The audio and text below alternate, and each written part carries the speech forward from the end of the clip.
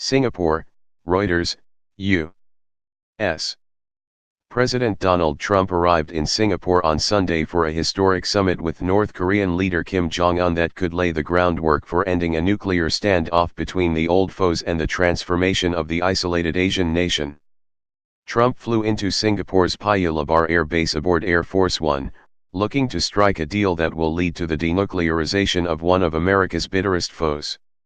He came from a divisive G7 meeting in Canada with some of Washington's closest allies that further strained global trade ties. After stepping down from Air Force One on a steamy tropical night, Trump was greeted by Singapore Foreign Minister Vivian Balakrishnan. Asked by a reporter how he felt about the summit, Trump said, "Very good." North Korea's Kim landed in Singapore earlier on Sunday. When Trump and Kim meet on Tuesday at Sentosa, a resort island off Singapore's port with a Universal Studios theme park and man-made beaches, they will be making history.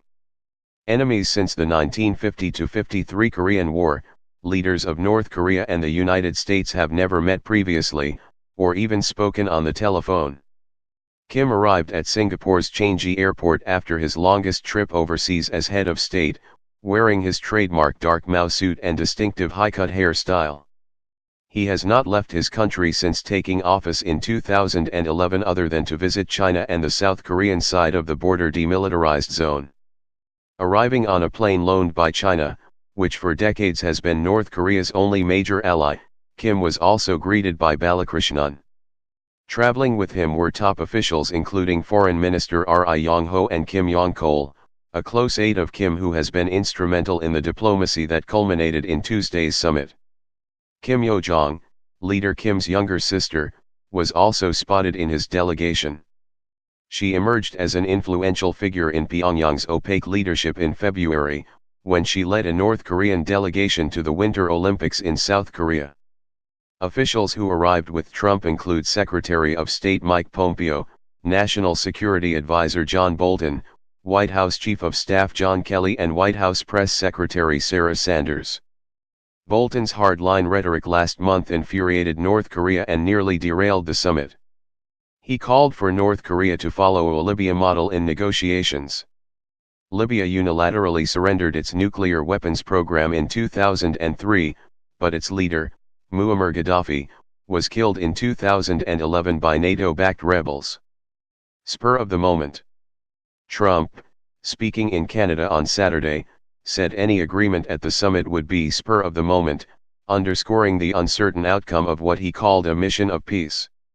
He initially touted the potential for a grand bargain with North Korea to rid itself of a nuclear missile program that has advanced rapidly to threaten the United States. But he has since lowered expectations, backing away from an original demand for North Korea's swift denuclearization. He has said the talks would be more about starting a relationship with Kim for a negotiating process that would take more than one summit.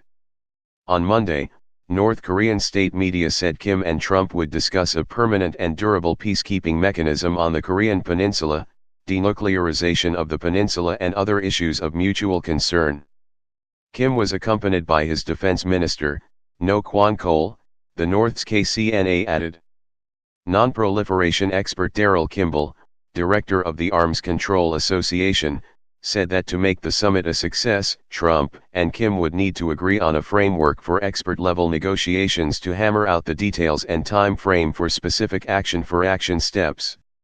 As the leaders arrive in Singapore, it is still not clear yet whether Trump and Kim are on the same page about the end goals, the pace, and the sequencing of the many steps involved in the complete denuclearization of the Korean peninsula, he said in a Twitter message. White House spokeswoman Sarah Sanders said U.S.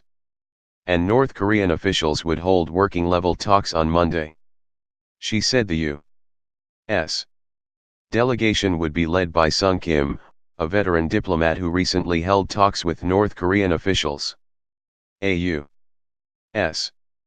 official, speaking on condition of anonymity, said Monday's meeting appeared aimed at making 11th-hour progress ahead of the summit since Sung Kim's earlier talks did little to narrow a gap between the two sides on the definition of denuclearization or win agreement on tangible commitments from Pyongyang toward dismantling its nuclear arsenal.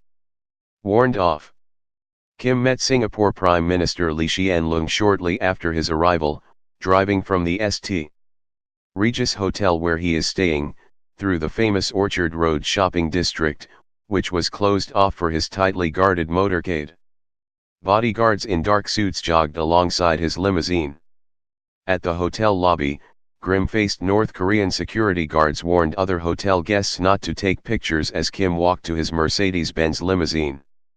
When a couple of guests took a picture, a North Korean official stormed up to them, demanding to check their phones. "I saw them taking a photo of our chairman.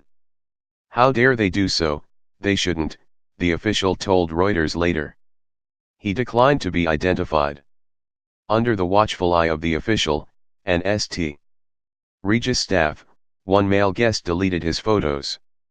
In his first public comments since arriving, Kim said Singapore's role would be recorded in history if the summit was a success.